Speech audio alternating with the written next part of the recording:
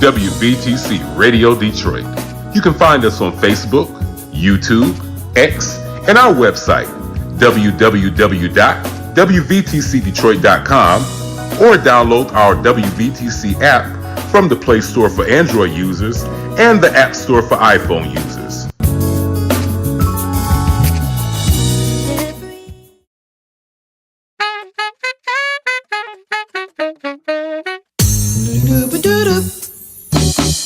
This is Soulful Inspiration. It's your girl, Nikki Jones. This will be an hour to feed your soul with music and laughter, information and inspiration. You're listening to WVTC Detroit. All designed with you in mind. So sit back, relax, and get ready to join the conversation with me, Nikki Jones. Soulful. Soulful Inspiration. Inspirations. Yes, sir.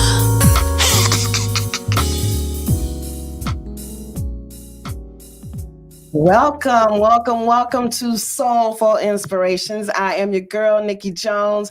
So excited to be here tonight because it is a beautiful day and it is cold outside, but we are still here in this warm building. Praise Jesus. I hope you are warm wherever you are.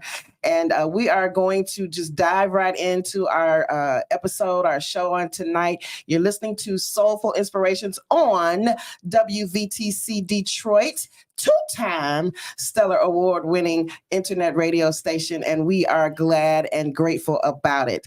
Listen, tonight it is the third Tuesday of the month, so you know what we're doing tonight. It is My Sister, Your Sister live podcast recording, and so I have my beautiful sisters with me, minus one who is probably in flight right now on an airplane on her way home, so we're praying for safe travels for our sister Michelle. But we do have a heavy topic tonight. I am going to still relinquish the microphone in terms of leadership of the conversation. But before we do that, I want to say hello to my beautiful sister to my left, the wonderful, beautiful, talented, and the financially savvy Randy Watson. No, Randy Butler. Good evening, everyone. Good evening. How you feeling? I'm all right. You all right? It's cold, but I'm all right. Yes, baby, it's cold outside. Mm-hmm. And then we also have the wonderful and the beautiful and the financially literate as well, Miss Tamara. Miss Tamara Hardy. How you doing, sis? Good evening, everyone. I'm doing pretty good. You know, I couldn't come out today. I miss being in studio with you all, but I'm excited about the conversation we're about to have. And, you know, let's get into it. I think it's going to be good. I do. I really do. Let's get right into it. I'm going to relinquish the microphone. This was the topic that you wanted to do on tonight, and I'm glad about it because it's heavy, but we do need to have this conversation, and that's what we're about. We're about having these types of conversations. So take it away, sis. So, you know, this conversation came, you know, sort of at the last minute. I will say that we had something completely, utterly different that we had planned to talk to you all about today. And then I was on LinkedIn and listening to the news and learned about the death of one of our sisters. Now, I've never met her, but she was a sister, right? Absolutely. And her name, she is. Let me get her name correct because I don't want to mess it up for you guys. But it is Antoinette Bonnie is what they called her. Candia Bailey, and she was the vice president of student affairs at Lincoln University in Missouri, and she committed suicide due to workplace bullying. And when I read that and I heard it, it touched me. It really got to me because Black women are bullied more often than any other ethnicity in the workplace. Wow. And there really is an attack right now on Black women in the workplace and in general. Mm-hmm. And because I've experienced workplace bullying myself, And I understand how it felt to be in a place where I was bullied by others that didn't look like me in the workplace, how it had a direct impact on my emotional, on my mental health. I felt like it was time to have this conversation. And you all know we sort of talked about this a little bit in the past. We kind of skirted around it, we kind of talked about it, but not in the way that I want to talk about it today. I'm at a place right now where I don't want to tiptoe around the garden. I want to just go right up in there and pick them flowers, I don't want, because women are killing themselves because of how they're being mistreated, how they're being minimized, how they're being marginalized, how their careers are being stomped on and they're being pushed aside. And we have to begin to speak up. We can no longer be silent, because our silence condones. We're colluding. When we're silent, we're basically saying it's okay for this to happen. And so I just could not go forward with the conversation that we had planned, because I thought this was way too important to push aside. So that's where we find ourselves at today, is talking about Black women. And I know there are others that are being bullied, but today we're going to talk about us. Hello. I can't speak from another ethnicity's point of view. I can only speak from the place that I sit in, from the office that I am, from the station that I am. Bishop's been talking about your station. And that's the place I can speak from, is from that place. So as a Black woman who has been bullied, a Black woman who has been called things, a Black woman who has been treated unfairly in the workplace, let's start this conversation. And I don't think it's going to end today. I just believe that this is just a start, the beginning to this conversation, particularly as we approach Black History Month. And then in March is Women's History Month. These are conversations that we need to start having. And I don't have a problem with it starting with us. Hello. Because what's the name of this podcast? My Sister, Your Sister. And I'm hoping that we will walk away from this conversation, if not today, but maybe next time we're on, or if Nikki, when you come on and you bring your mental health professionals on, that we can talk about how best to support Black women in the workplace, and some tips and some tools and some techniques that we can give them so that they don't get to the place where they consider suicide as the last option. Yes. I think that's an important point, because right before we started, we were talking about why there was no hope for Dr. Bailey, for her, in terms of finding a different way to deal with whatever she was going through, why she really saw suicide as the last resort, or the best course of action to deal with what she was dealing with. I don't know if you got most of the details or had some of the details about her story in particular, or if you wanted to just go into maybe just talking about your own story, about how you were, how you felt bullied. For me, I don't think I've ever felt bullied. I have felt marginalized. I have felt looked over, in terms of, promotions, or looked over in terms of I've brought an idea that someone uses their own or did not actually give me credit for. I've been looked over in terms of one person being given an opportunity, or been given some preferential treatment, and then if I ask for some of the same the same leeway or the same permission, I get treated differently, or I'm told I can't have that, or I'm not able to do that. I've had that kind, but I never felt bullied, like someone actually bullied me. And I think the closest I came to feeling bullied was my employer at large saying I had to take a vaccine or I'm going to be fired. That to me felt like a bully, but I didn't feel like that was obviously that's not a black or white issue or whatever. That's a human esse in my opinion. So that was the only time I really felt bullied. Like, why are you telling me what I can do with my body? That to me, you're not going to make me take a vaccine. And that's just how I felt. And I actually quit that job because one of the reasons I quit that job is because they mandated a vaccine. And I said, I'm not going to do it. And you know what? I will go ahead and take the L and do whatever I have to do. Mhm. So I'm not sure, Randy, do you have any instances where you felt bullied? That would be the only thing that I felt bullied about. I haven't had any thing that was like it felt personal or that I was really bullied into like a situation at work, but it was that vaccine that came up, and it was like if you don't do it, then you'll be suspended indefinitely and all of that. And I was like, I'm nursing a child. This is all new to me. We don't have evidence. We don't have research. We don't have enough of this for me to be able to make an informed decision about taking this vaccine. So I was like, let the cards fall, where they may. I'm not doing it. My daughter, I didn't know how it would affect her when I was nursing her. But after research and talking to my husband and all of that, we decided we would go ahead and get it. But they definitely tried to bully me into that space. And I was like, I'm not having it. So do what you got to do.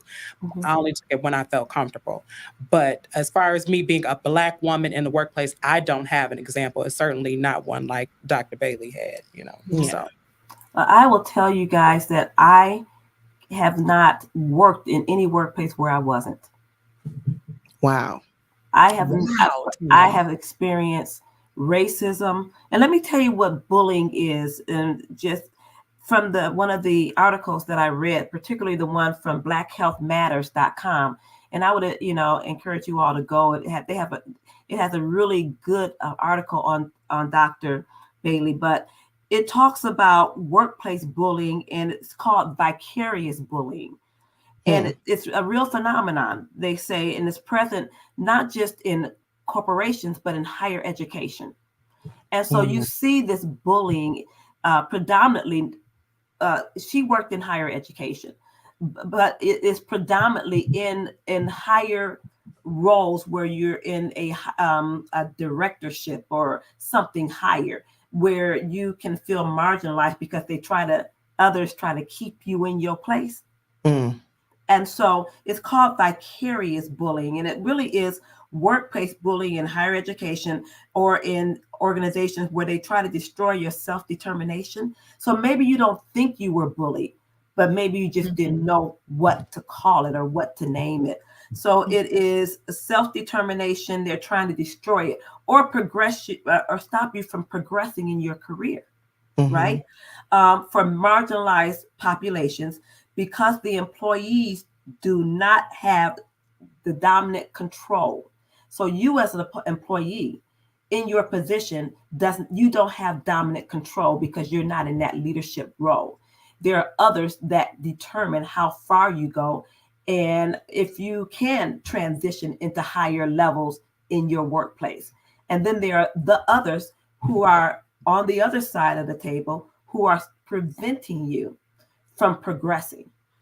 So that is what workplace vicarious bullying is that others carry power and they execute that power to keep you in your rank, to keep you in your place. So you may not see it. You may feel like something don't feel right here. Why am I not progressing? Why? So Nikki, when you talked about not being able to progress in your role, or you applied for different roles and you didn't get it, but you were equally qualified, and in some cases probably more qualified. That was bullying from a different perspective. Bullying doesn't have to be in your face. It doesn't have to be what you see in high school when they come up into your face and they talk about you and they threaten you. This is in the background, behind closed doors. This is corporate racism, and all of it, in my mind, stems from racism. That's how I feel it. That's how I experience it. It's from a racist point of view. And so when you talk about vicarious bullying, these bullies are given organizational support from those who work above them, from the leaders. They're aided in their mission to keep you back or to keep you out. They have support from leaders in the organization who do their bidding for them to keep you from progressing. So in every single role I've worked in, I've experienced this. Every role. And maybe it's because I'm an intercessor. Maybe it's because I'm a prophetess. I experience these things at a different level. I don't know. Or maybe it's because I stand for justice and I don't have a problem speaking out against it. If I see something that I don't like, there's something in me that says, wait a minute, hold up, that's not fair. And I speak against it. And there are some people who refuse to speak when they see something unfair because they want to stay safe. I've never been that person that stayed in my place and tried to stay safe. If I saw something that didn't work, that didn't look right, I called it out. And so that's another form of bullying, when you bring things to the attention of others that they don't want others to know that's happening in the organization. You set yourself up for bullying, and you have to ask yourself, is it worth it? Yeah. There's something in me that says it's always worth it. Tam, on a practical level, how has that showed up for you in the workplace? I'll tell you, and I'm not going to name organizations, but I'll tell you, in one of my jobs, I was told that I needed to act white. Are you kidding me? I am not lying to you. I was told by somebody that I didn't act white enough. And was this by a Black person or no? Other? This was from an Asian person. Okay. And I shared it with the executive director. Was this I was pushed out of the organization. Was this a boss? Was this your leader who said you need to act? Wow. Yes, I experienced that. And let me tell you how far they went.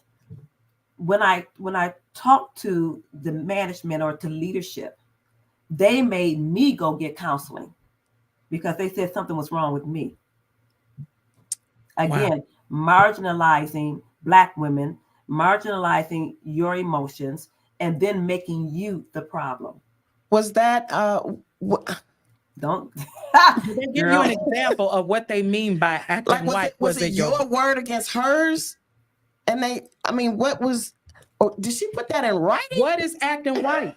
Is that putting inflections on your words? I am very professional in the workplace. Let me tell you, I stay professional. But then again, it's a way to marginalize. It's a tactic that's used to marginalize people and to make them the problem. Again, when you speak up, you become the angry Black woman. So what they did was turn that thing around and said, you're angry. But it was a form of bullying. Jesus, my God. You guys don't understand the stuff that I've been through. Let me tell you, I had in another organization, I was and these were all white people, white women.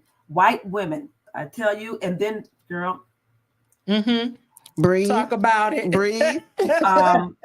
Breathe. But they try to suppress you. And I can just imagine, that stigma, that stereotype of the angry Black woman, but they don't talk about what's making the Black woman angry. They don't talk about what the reasons are behind a Black woman being angry, and something like that. Like just the first thing that you just named, being told by an Asian American, I guess, an Asian woman to tell you whatever she was, ignorant, tell you to sound white or to act more white. I don't understand that. Asians, and I don't want to get into all of that, but it was what Pastor D is saying. Okay, Tam, what happened? What was the outcome? The outcome that I had to go to counseling for 16 weeks. And then they assessed if the counseling worked. Jeez. And if it didn't work, I was eventually let go from the organization. They couldn't let me go. So what they did to push me out of the organization was to do a reorg and say this position is no longer needed in the organization. Woo! They tried to build a case against you. Tried to build a case against me. Yeah. But let me tell you, this same person who did this had already been flagged by the organization as a risk to the organization. This same individual had bullied several people in the organization. Leadership knew about it. Leadership condoned it, and leadership supported it. Leadership supported it. Well, let's talk. And our colleague and our friend, our sister Michelle's not here, but she just experienced the same thing in in the organization. Remember, she's being bullied, and we're not even going to talk about black on black women bullying, which is just as predominant in the workplace. I've experienced that too from another black woman. Bullying. Yeah. So it's so predominant. That's that crabs in a barrel, crabs in a bucket kind of mentality. But in this case, with Dr. Bailey, she made her director, the president, aware that she was experiencing some mental health conditions, that she was experiencing it, went to them. He ignored her. She then went to the board. They said it wasn't their role to deal with it, even though it was their role to deal with it. She did not get any support from the organization. She was marginalized. She was bullied. She was treated unfairly. And that's why the students and the faculty and many others are coming out demanding that this executive director of the president of this organization, of this university, step down, who happens to be a white man who is married to a black woman. Ooh. Don't ever say to me, I'm married to a black woman, or I'm married to a white man or a black man, so therefore I can't be racist. Oh, baby, yes, you can. They are. And now it's giving, all of a sudden it's giving them permission. I know it will give you a hot flash one. It's giving them permission to act this way, and there's no accountability. There's no accountability. That's the biggest issue, I think, is that there's no one being held accountable. And that's usually the case when it comes to, unfortunately, our Caucasians, who are in leadership positions. They're not held accountable by each other, number one, and there's no governing body or there's no person above them to hold them accountable either. So they're not accountable to each other on the same level. They're not accountable to the person above them. Won't hold them accountable. And then at the highest rank, nobody's holding them accountable. They're accountable to no one, not even a board. And so, but they are accountable to the board, but the board is inconsistent and supporting the work. They're supporting the bullying. Yeah, because they're lining their pockets. They're still getting paid. They're lining their pockets, but they're aligning with them, which is it's unfair. And so when you deal with this, you have to make a decision. I think about what's her name, that Claudine Gay, who was the president of Harvard University. Harvard University, yes. And she had to resign at Harvard because they blamed her for plagiarism and questioned her academic integrity. Here's a black woman who went to Harvard, graduated, and they systematically, it was racism all the way, said and did everything they could do to push her out of the organization. Yeah, no one stood for this woman. And so it's not just about my experience, it's a collective experience of Black women. I even think about, The Color Purple, which we all just saw, and you had, and her name is escaping me, not Fantasia, but Taraji, who's been bullied. Again, unequal pay. Yeah. It's a form of bullying, keeping her down, keeping her from making what her counterparts are making, even though her repertoire of movies and her repertoire of shows that she's been in and the work that she's done is much greater than some of her white counterparts. But it's a form of keeping her in her place. Yeah, you think about everything that's happening to Black women right now. This conversation, we have to talk about it because I'm not the only one. No. I pulled some statistics from the U.S. Department of Labor, and I think this is from 2021 in terms of where they compiled the data from. But number one, Black women earn 63 cents for every dollar earned by white non-Hispanic men. Yeah. 63 cents. So that's already a huge, that's like more than a third less. And that's probably just in the I don't know where they get these numbers from, but I'm just saying that's the U.S. Department of Labor. They're already acknowledging in some respects how Black women are already being paid less than for the same amount of work, for the same title, for the same credentials, for the same requirements, for the same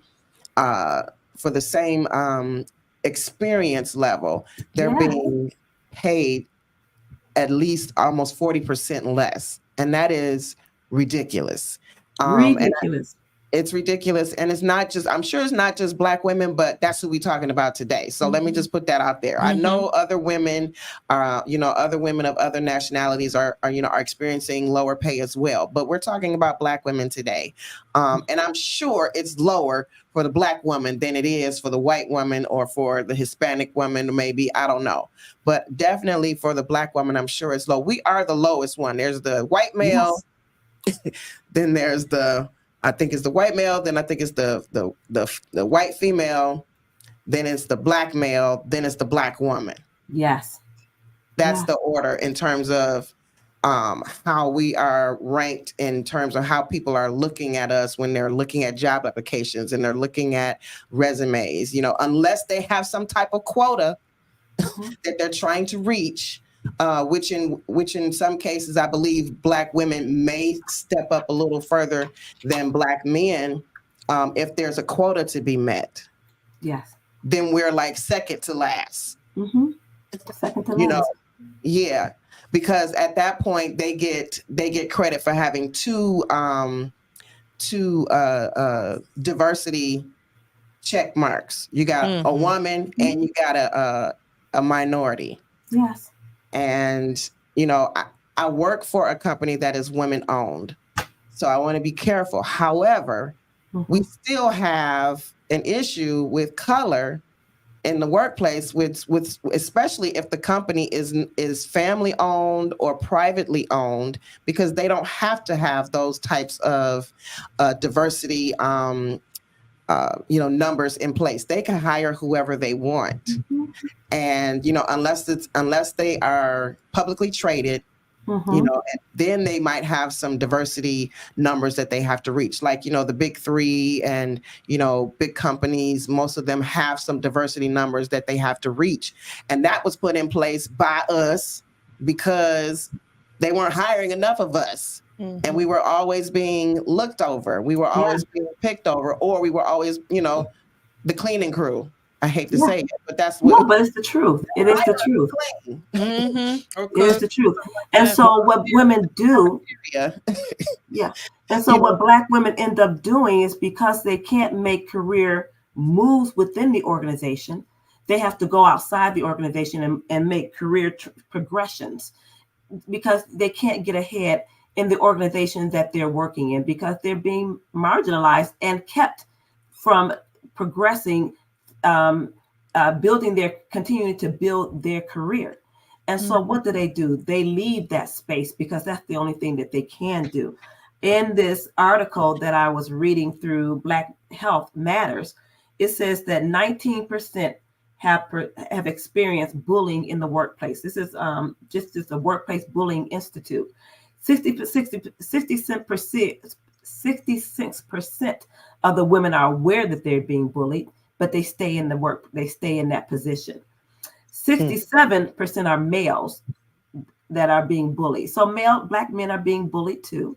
65 of the bullying targets are female though. And then 45% of Black people surveyed have experienced bullying. It happens all the time. And so, what are the products of this? It could be because of the rationale. It could be suppressed racism. How dare this Black woman think that she's going to get a job over me? Stay in your place, right? It could be sexism. It could be ageism. It could be because of insecurity.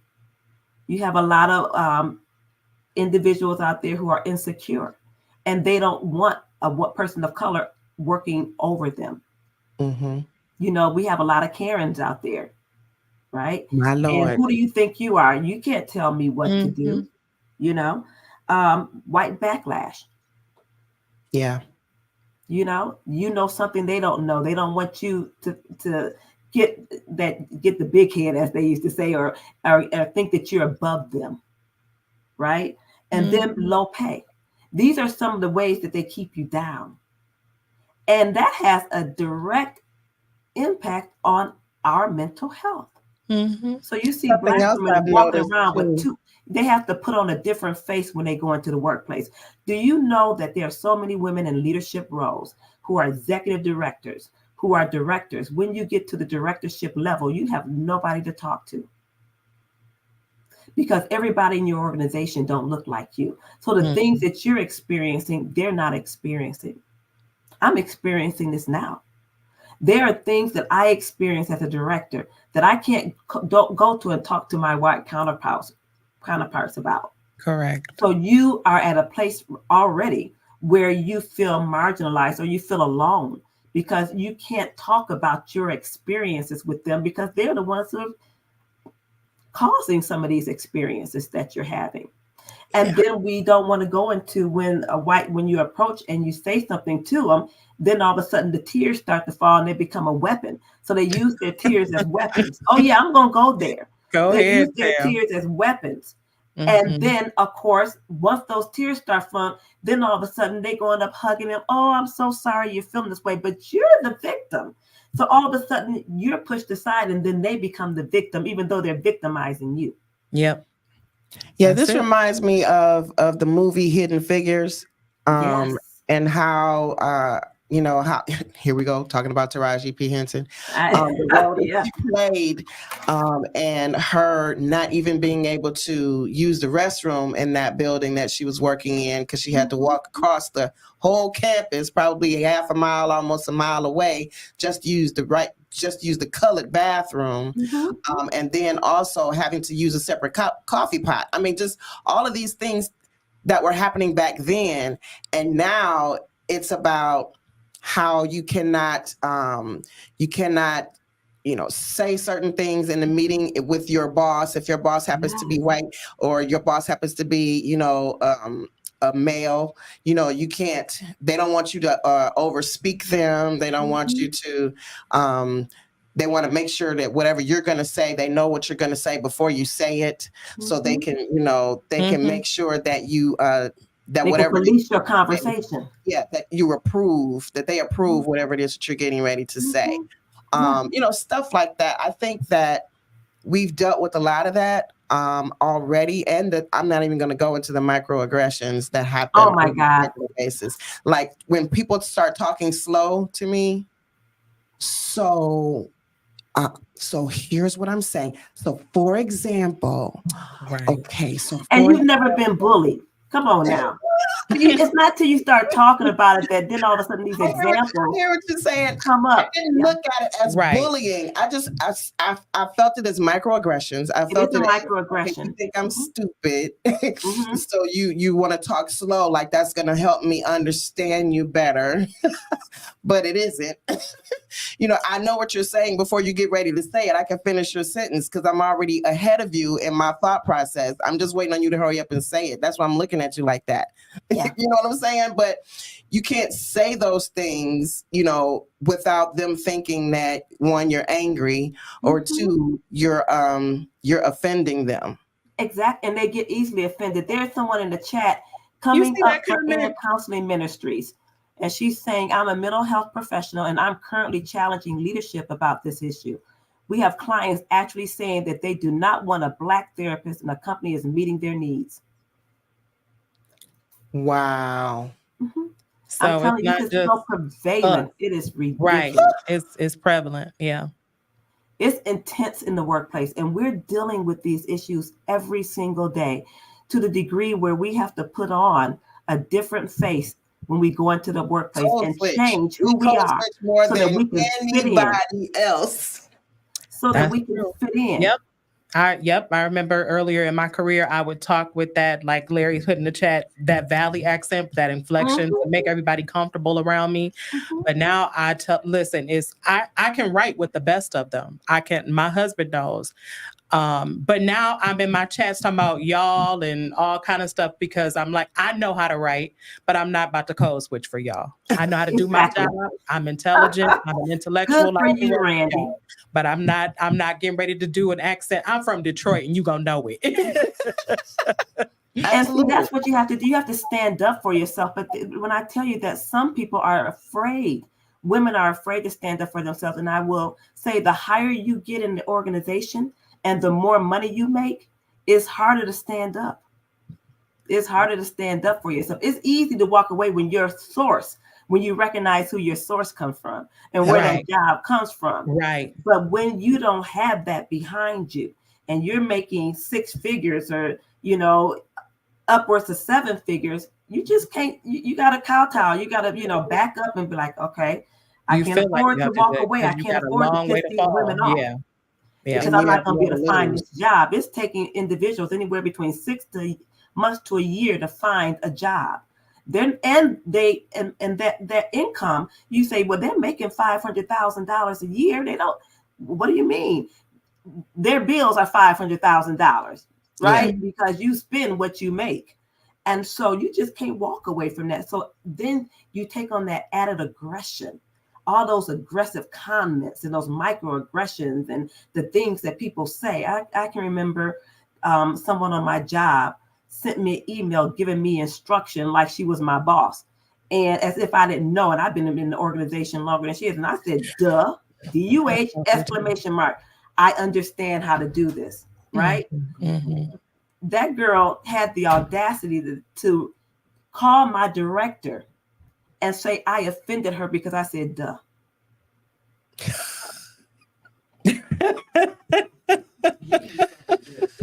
That wasn't even a year ago. Okay. And she had the audacity to call me and say, Tamara, I'm not going to write you up this time. My God, today. But you need to be careful how you talk to people. Wow. These were 2 white girls. Wow. You know what I did? I got on the phone and I called the black boss and I said, no, we're not having this. Tamara's not going to go through this. And then our director, who was over everybody, who happens to be a white woman under the black man, she said, I read the girl's email and I thought she was offending you. Mm-hmm. She was offensive to me, but I got threatened. Right. Because I called her out on her being offensive to me. That kind of stuff goes on every day. And I told him, I'm not doing this. No, we're not having this. So I'm at a point where I can stand up for myself, but there are a lot of Black women who can't. And they are suffering because of how they're being treated in the workplace.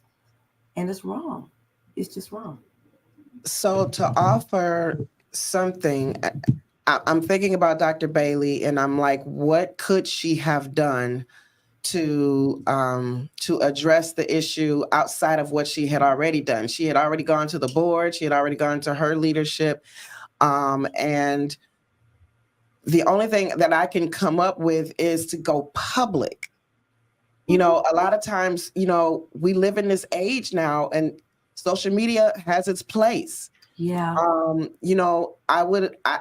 I think if I had been in her ear, I probably would have said, get your coins together, make sure you can handle your business, in case you get released or fired and or suspended or whatever without pay. And then go public, because EEOC is available, but EEOC is going to require a paper trail. And it's very difficult to get a case, win a case through EEOC. The rules are very specific, and you have to meet every one of those eligibility rules in order to get EEOC. Correct. Yeah, you're gonna have a paper trail. They're gonna want time. They're gonna want like 6 months worth of information, and you can't record phone calls in every state. Some states you can record phone calls on one side, you know what I'm saying? But on in other states, everybody has to know that they're being recorded. But in Michigan, I know for sure, in Michigan, you can record a call if you are on the call. Yes. You do, if one party knows and one party is on that call, that same party, you can record it, and the other person does not have to know. But that's not the case in every state. So, but I think I would have told her to go public with it. I would have, I would have talked to an attorney. I would have talked to my counselor, therapist, and I would have went live on Facebook and said, blah, blah, blah, blah, blah. This is what's happening. And you want to prove me wrong, then prove me wrong. But this is where I am and this is what's going on. I would have had to speak out. I would have had to say something because there's no way in the world that I think suicide would be the answer, because it's not addressing the problem. Well, unfortunately for her, after you've killed yourself, unfortunately, the problem is still there. So that person who's in office or whoever was bullying her, they're still in that position and the problem's not fixed. And that's why they're trying to get him to resign and to get him out of there. I will say that unfortunately her death did bring the issue to light. She did have some mental health issues. We don't know the whole story, right? We just know the end of the story for her. But we do know that as a result of what has happened, that the issue has been brought to light, and there is an organized effort to get him out of that position.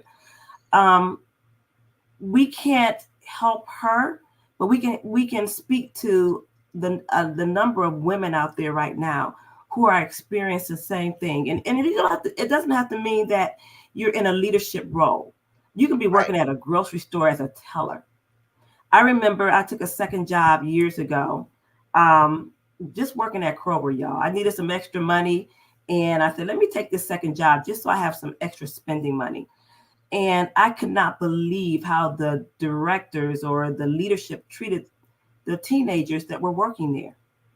Couldn't believe it. How they spoke to those kids, how they talked down to the youth. And these kids are working their tails off. Now, some of them were lazy, I gotta say that. But many of them, they out there in the wintertime, bringing those carts in, they're bagging, they're doing all this. And leadership just talked down to them. I had to let them know, oh, wait a minute. I'm not her. We're not gonna roll like that. You're gonna talk to me with some respect, But all of them couldn't do that because many of them depended on that job. There's recently a job came open where I am, and I looked at it, and it would have been a good transition for me. And I looked at it, and I looked who the director was, and I said, it ain't worth it. All money ain't good money. I know that's right. And so you have to weigh the cost. Is it worth my mental health? Is it worth my happiness? Am I going to get up every single morning and dread working for this person? Right. Am I going to, how is it going to impact my health overall? And I had to say no.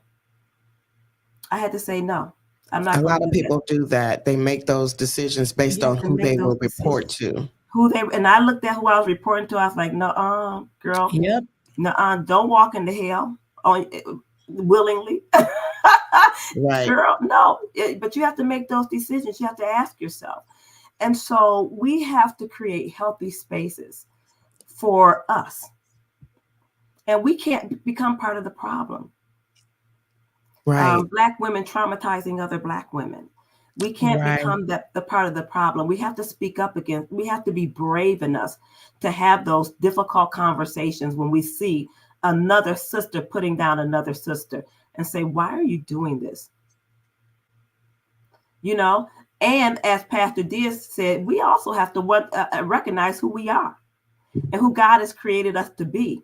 And that nobody is worthy to intimidate you. I told one of my friends, when I look at someone, I don't care what station they're in or who they are, I'm reminded that when they wake up every morning, they stank too. When they go work out, they stank.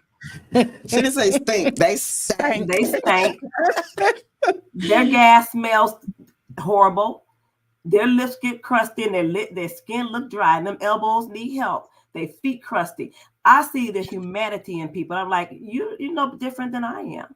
So there's no one on this earth that I'm intimidated by, because at the end of the day, they're gonna die just like everybody else, and they're gonna turn to dust.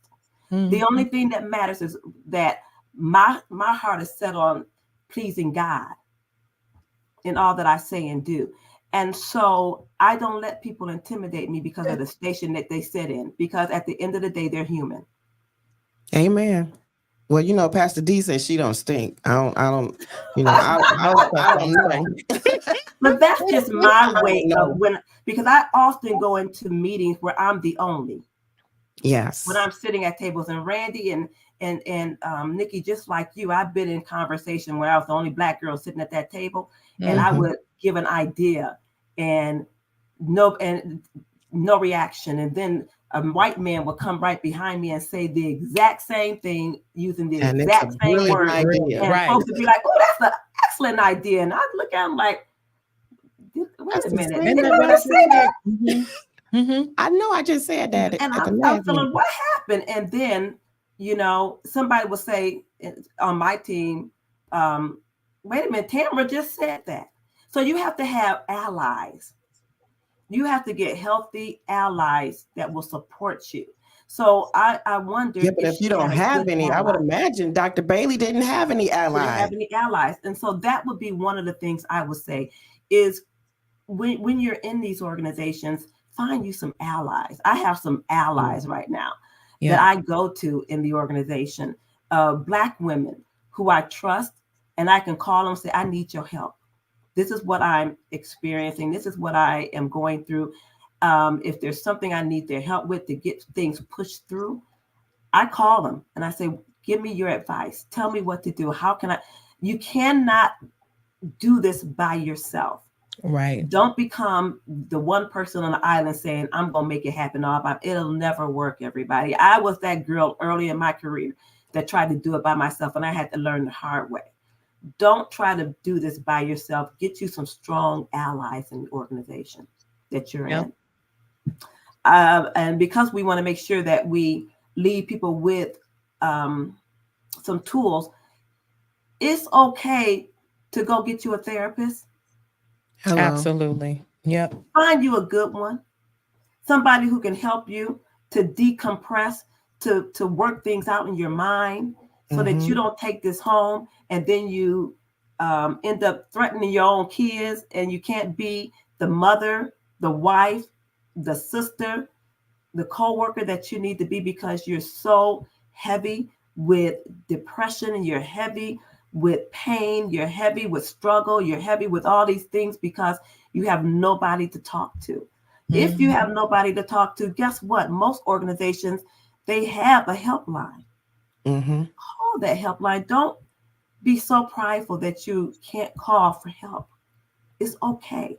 We all need it. Absolutely. It's okay. Ask your friends to give you advice on what to do. Pray about it. I know that people say, wait a minute, y'all say pray all the time. Prayer helps. Cry out to the Lord. Get ugly.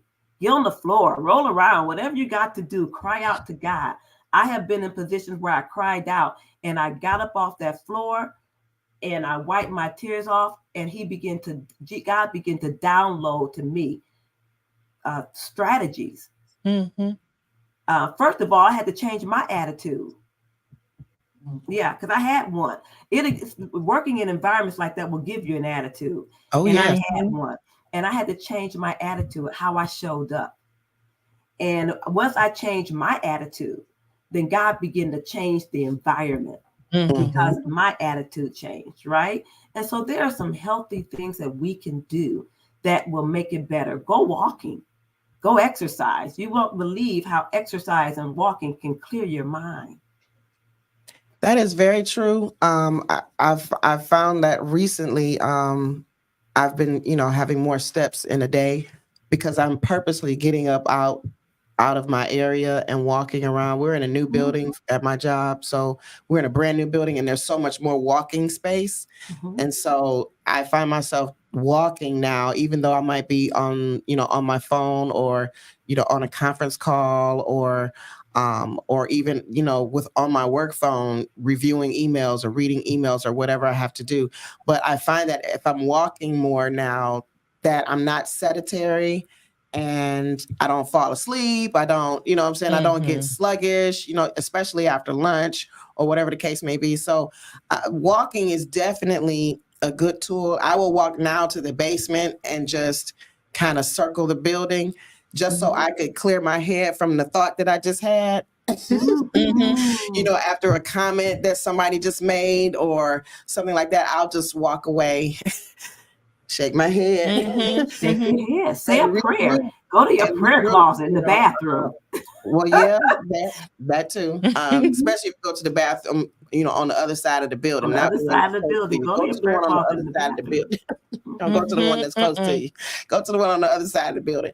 Go to your car where you can have some privacy. Right now, it's too cold right now to be walking outside to my car. I understand that one. But Planet Fitness is $10 usually, so you can go walking at Planet Walk Fitness. It out. Like that. Yeah, walk it out. It also has a whole lot to do with your mental health. I've always noticed that when I've been on these like unhealthy binges trying to cope with a mental health issue, I've been in a worse state than when I started. So a bunch of carbs and a bunch of, snacks and carrying on is just not healthy for you. I don't know if it's the bioengineered food ingredients or, all the different chemicals and all that stuff that's in food, but it will depress you. So it has a lot to do with your mental clarity as well. So diet, activity, all these things help. Most importantly, though, I would say do not isolate yourself. Yes. Which is what you tend to want to do. You don't want to bring down the energy of the room and you don't want to be a burden to other people and all of that. Don't do that. That is the trick of the enemy because if he can get you by yourself, he can get you to stay in your head. Yes. And you'll start ruminating, and going back and forth and overthinking and overthinking and overthinking. And don't get me wrong. Sometimes there's periods of isolation where you do need to be by yourself for reflection and things of that nature. But when you're going through something that you cannot mentally handle, if it's affecting your emotions, it's affecting how you show up at work, it's affecting your productivity, all of those types of things, that's when you don't need to isolate yourself. You need to reach out. You need to reach out to someone, whether it's a therapy, whether it's a coach, whether it's a mentor, whether it's prayer, whether it's a pastor, whether it's sister, brother, somebody, reach out to somebody. Do not isolate yourself because that is the time that when your mind will play more tricks on you, and it will do more damage than good.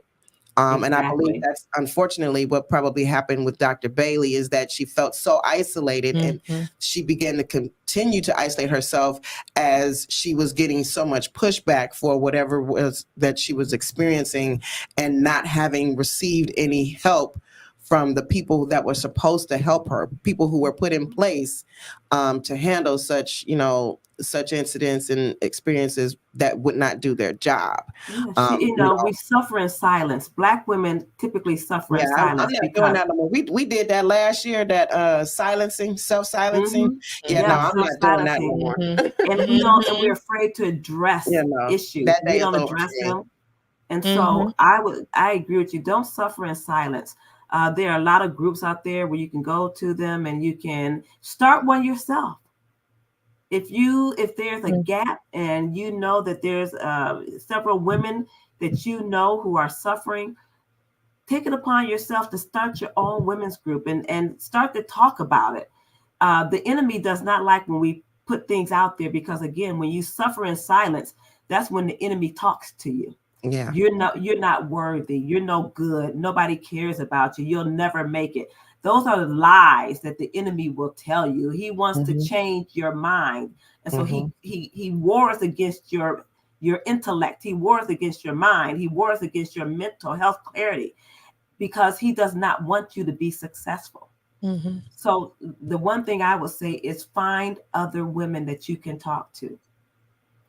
Don't be afraid. And exercise is another good one. I would say believe it or not, Randy, you brought up something that's wonderful, is that the things that you eat have an impact on your body too, and your ability to cope. Absolutely. Sometimes we turn our pain inward, and food becomes how we cope. And then you're adding another issue. Yeah. So sugar is horrible for you. It's a number one killer. I know. And so, it's hard. It's an addiction. Yeah. And so you put that on top of everything else, and all before you know, you're overwhelmed, and you can't see your way out. And let me say this too. Go home. People stay at work too long. People work more hours than they need to. People do way more than they're supposed to. Leave work at work. And when you go home, be at home. Be present at home. That's right. A lot of times, people spend so much time at work working, and then they go home and work, and all of it's running together, and then they become overwhelmed, but they don't want to admit that they can't leave work at work. Instead of coming home and being at home, being present at home, trust, if you were gone, God forbid, the next day, your work is still going to get done by somebody in some way, shape, form, or fashion. Exactly. I had to learn that. So and here's something novel. Use your PTO. That part. That's a word. I always run out of PTO. And let me tell you guys, I am talking to myself. I'm preaching to the choir. I'm the choir. I'm the director. I'm the pianist. I'm the psalmist. Because at the end of September, when we have to have all our time used up, I always have 240 hours worth of vacation that I have to use in a month's time, because I never take vacation. I never use my PTO. You do that and y'all always gone? Because I work from home. And so I will say that when you work from home, the last thing you want to do is take your PTO to sit at home. And so it just accumulates. And I said, this year, I'm not going to do that. I'm going to use my PTO. Look at what Sandy said. I work from home and my office is in another room. When it's over, I close the door and don't go back in until tomorrow. That's important. Good for you. And I need to take that up, because you all know that I got up this morning at 7:00. I was on my computer at 7:30. And if I didn't have this call tonight, I would still be on it working. Well, yeah. I am a workaholic, and I have a lot of responsibility. You need to adopt that mindset. I told you I'm preaching to my own choir. Yes, you need to close the door and shut the laptop down, close it and put it away. Yeah. I agree with you 100%. That's important, because a lot of people are taking their work home and then they can't separate it. And so when they're at home working on work, then they're back at the office working on work, then it begins to consume you. And then you do make probably crazy mistakes, or you do become isolated, or you do feel hopeless, because all you're doing is working. And I will tell you, when you're stressed out, your mental health, your clarity, you have less clarity, you forget more, you're not present, you're tired, you're angry, you have no patience, all because of stress. And I can tell you, when you have a lot of stress in your life, not just on the job, but then you come home and you have that stress, and then before you know it, you're sitting up in somebody's ER. And Black women are like are really, the silent killers for women is stress. That's how we end up having heart attacks, high blood pressure, and all this other stuff. Because we internalize our stress. Yeah. We internalize our stress, and if we don't release it some way, shape, form, or fashion, or learn how to compartmentalize things in our lives so that we can make time and be present in the moment for whatever we're supposed to be present for, then all that is building up on the inside, and then it manifests in different ways. And it manifests as stress Yes. eating, sleep. Some people sleep entirely too much because they don't want to deal with the realities of when they're awake. So I mean, it leads to drugs, it leads to alcohol, it leads to isolationism, it leads to, and so we as women, as Black women, we are suffering.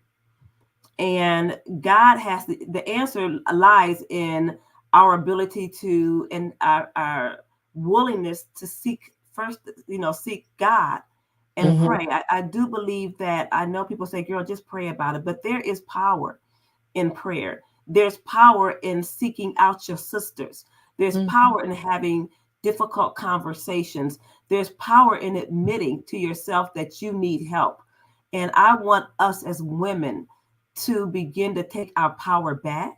Absolutely. And to stand up for ourselves, to get some allies and draw in our sister circle and support one another.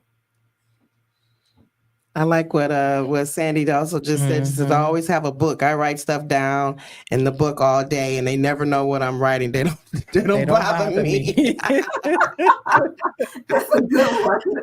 That is good. Especially when you're working virtually, you're working at home or whatever, and people on the call, them virtual phone calls and virtual meetings and all that, you just be writing. You can be writing anything, any, mini, mighty, mo, A, B, C, D, E, F, G. You taking notes, but or whatever the case may be, but you're writing just to keep your sanity. Yes. To get through the meeting. Yes. So I will say, I know we're coming to the end of this conversation. I will say that it's just the beginning of the conversation, actually. Absolutely. I believe that we need to find better ways to cope, better ways to not just survive, but thrive in the workplace. I don't see racism ending. I don't see microaggressions ending. I don't care how many DEI people you have working, and that's under attack as well. We have to find better ways to cope, better ways to survive and thrive in the workplace.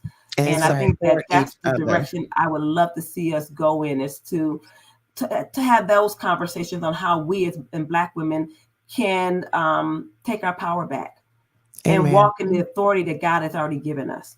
Yes, and support each other, because if we're tearing each other down, we're helping them tear us down. So we have to be able to be sounding boards for each other. Exactly. So thank you for this conversation, Tamara. It's been fruitful. I believe it's been fruitful, and we've talked about some things that people can do. And we hope that we've helped someone. We hope that we've brought your attention to a topic that we can further discuss, and maybe on a broader scale, including more people at the table. So thank you again for this conversation. This has been your January edition of My Sister, Your Sister Live podcast. Sister Nikki, before you get off, can I just say one thing? Oh, sure. Please, if we can post the suicide hotline phone number for those of you out there who are struggling. I don't want to miss that piece. Suicide does not have to be your final option. Each one of us are prayer warriors. We will pray with you. We will pray for you. We will walk it out with you. We will help you. Suicide does not have to be the end. Amen. Amen. Thank you for watching. We love you, and we will see you, Godspeed, next week. Yes. Bye. You've been listening to Soulful Inspiration. We're so glad you hung out with us today. We're here every Tuesday at 8 p.m. on WVTC Detroit. If you'd like to partner with us or sponsor a show with your business, send us an email at tntsoulllc@gmail.com, or you can call us at 313-570-8280. I'm your girl, Nikki Jones. The views and opinions expressed on the previous broadcast are those of the authors and do not necessarily reflect the official policy or position of WVTC Radio Detroit, its advertisers, or affiliates.